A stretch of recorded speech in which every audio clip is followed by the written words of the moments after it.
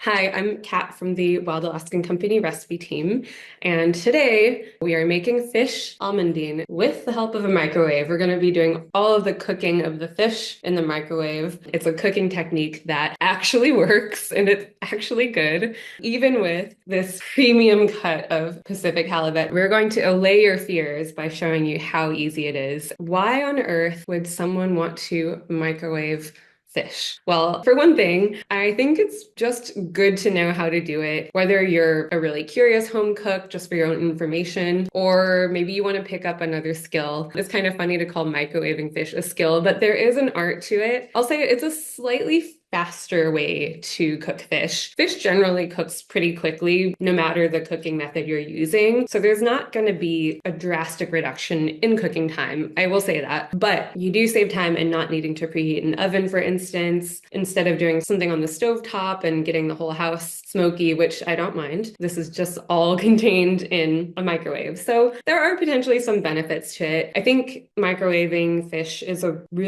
could be a really good option for you if you're someone who cooks for yourself, like a single serving, because it's pretty much just all happening in one bowl, maybe another pan like today. It's a really easy, replicable cooking process because you're basically having a computer cook your food for you. You put in the time, you put in the temperature, and then set it and forget it. So the microwave method gently steams the fish in its own juices. The fillet, as it is, already has some moisture in it. And instead of those juices cooking off as steam or just in the pan, and the fish tends to shrink a little bit as it loses its juices, we're not losing any of them because we're going to be steaming it in the microwave, either in a dish or in today's case, we're going to steam it in parchment paper. So all of that moisture goes toward cooking the fish in the microwave very gently and keeps it really moist and flaky. So that's why microwaving fish is not as crazy as it sounds. We're gonna show you how to do it so that you have a really nice piece of fish. Well, let's go ahead and start cooking. So I mentioned this is partially cooked in the microwave. And what I mean by that is we're doing the fish cooking completely in the microwave, but we're cheating a little bit and we're gonna make a crispy almond topping with some sliced almonds and we're gonna throw in some breadcrumbs. We're gonna do that on the stove top because there's not a good way to make crispy breadcrumbs in the microwave that I've seen. And this way we have a really crunchy, toasty, almondine topping to sprinkle over perfectly microwaved fish. So I'm going to introduce my ingredients really quickly. I've got just a single fillet of Pacific halibut that I've patted dry. We're just removing that moisture from the surface of the fish so it's not too waterlogged. I have sage today, just some fresh leaves. I think this was just my choice for the season because sage and butter really reminds me of fall, but you can use any herb. I have panko breadcrumbs, which are going to be extra crispy, but regular breadcrumbs are fine too. You can use a gluten-free option. And honestly, you can leave out the breadcrumbs altogether. The almondine topping, all you really need is sliced almonds and butter. So I have some of that as well. And a lemon for some juice and lemon zest. So we're just going to do something really basic. Melt butter. And I'm going to put about 2 tablespoons of butter into this. If that sounds like a lot, you can always do maybe a tablespoon plus olive oil if you want to kind of cut down the amount of butter that you're using in the pan. You can even just reduce the amount of breadcrumbs and almonds that you're adding to the fish. So we'll get this melted in here. And into this, I'm going to add the almonds, the breadcrumbs, and the sage leaves. The sage leaves I like to leave whole because they'll get really nice and crispy as they gently fry in the fat. So I'm going to put those in first. And whether you decide to eat the sage leaves after, it can be a strong flavor. I love it and I love how crispy they get. But you can always just move them to the side and have them as a background flavor in the breadcrumbs that you're making. So actually I'm going to add a little bit more butter because I think I didn't add enough. All right, we're getting nice bubbling in the pan here. Not too high with butter. You don't really want to go higher than medium when you're cooking just plain butter in a pan because then you're likely to burn it. Getting it to a brown butter stage before it gets burnt is a really nice thing, but past that, you're going to release some bitter flavors that are not going to be super tasty. So now that we have this bubbling, throw in the breadcrumbs and almonds. It should just take a few minutes to get these nice and browned, toasty. And we can also season it up with a little bit of salt and pepper now or later. I'll go ahead and do that right now. And you're really just looking for a nice golden color on the almonds as well as the breadcrumbs. Really smelling good with the sage and the butter. Those are really, really good flavors to put together. So, all right, so looking nice and toasty there, little golden on the breadcrumbs. I'm gonna take the pan off the heat and just move it to the back of the stove to cool burner. The pan has some residual heat, so these will continue to toast a little bit as they're sitting. So this is the part you've all been waiting for. The halibut I have, like I said, patted dry. Next thing we're going to do is put this on parchment paper. I have these pre-measured sheets of parchment. It doesn't really matter what the size is as long as you can make a nice packet for the fish. So I have for this just right in the middle of the packet. You can close a packet of parchment a million different ways, but for this, I like to put it right in the middle. On top of this, we're going to add about a tablespoon of softened butter. And this is one of those moments when you can substitute olive oil really easily, but we're just adding a little bit of fat to this very, very lean fish. Halibut only has maybe a gram of fat per 6-ounce serving, if I'm remembering correctly. It's super lean, so this is going to help keep the fish nice and moist and give it a little richness of flavor. So I just have that butter spread right over the top. And then to add a little bit of a lemon flavor, some lemon zest right to the top.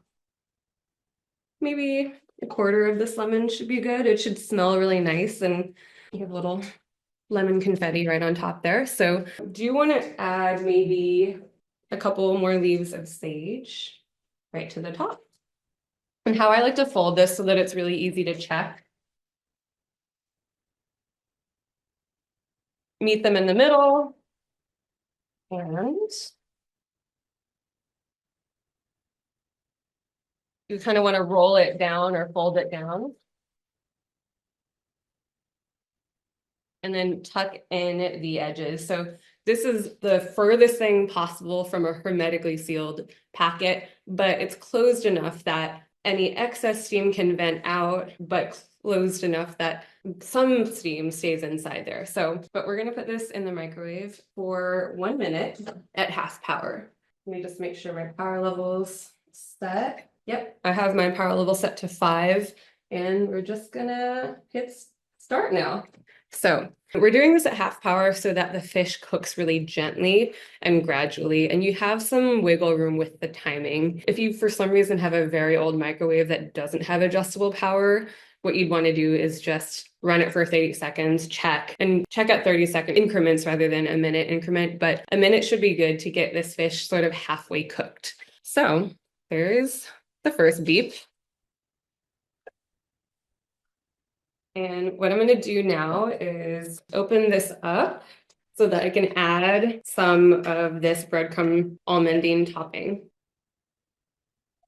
So you probably can't see in this video, but I have a little bit of this opaque color forming on the halibut right around the edges. So it's starting to, and that's what we're looking for. I'm going to just do this.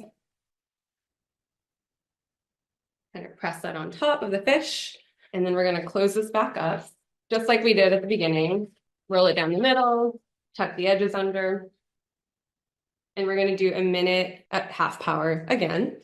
While I opened up that packet, there wasn't a huge plume of steam that came out in that moment. So it's not going to drastically affect how the fish is cooking. Don't stress too much about releasing the steam, but you do want to wrap it back up so that it's loosely a packet again. Everyone's microwave is different. So this is a very small microwave, 700 watts, if that means anything to you. I think it has less power. So what I can see here on the edges, it's starting to flake. You can kind of see that, but I think because it's a slightly thicker fillet, I'm going to put this in the microwave for another 30 seconds. It really is hard to see, so this is a good moment to use an instant read thermometer to check that the central doneness of the fillet. But I did test this out earlier. And this microwave seemed to need an extra 30 seconds to get a piece of fish this thickness done throughout. I also added an extra 30 seconds on top of that to make sure it wasn't going to completely overcook the fish or just to test it out. And let me tell you, an extra 30 seconds didn't hurt it. It was still tender, juicy, moist. So it's not a perfect science, but if you do cook it for maybe 30 seconds too long this way, it's really not going to destroy the fish. It's still going to be really, really good. So don't stress too much about if you're cooking it too long or not. 30 more seconds. All right.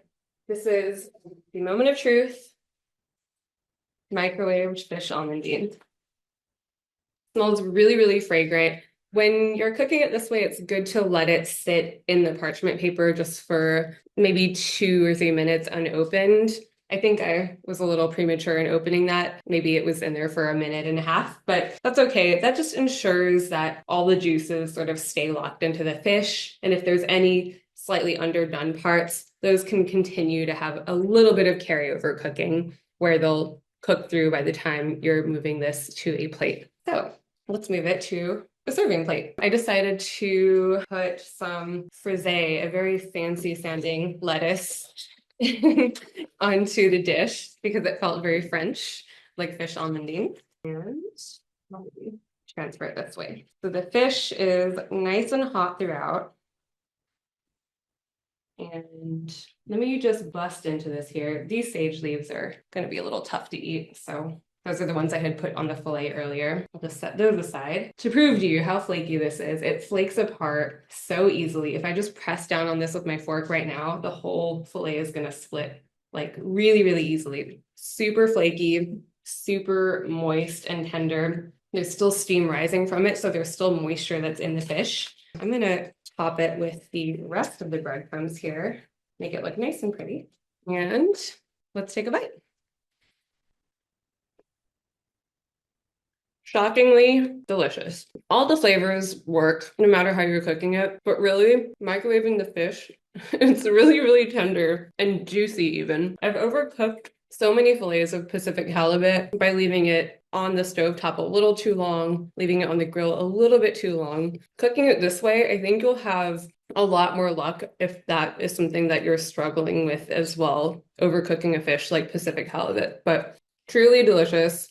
And we got crispy sage leaves to enjoy as well. So that's it for today. Join us next week, same time, same place, same kitchen, for our monthly Welcome to Cooking Wild Seafood event. I walk you through all the basics around getting started with thawing, some basic kitchen tools, and we'll finish off with a mini cooking demo at the end where I will show you how to sear salmon. And I hope to see a lot of you there. Live wild, everybody.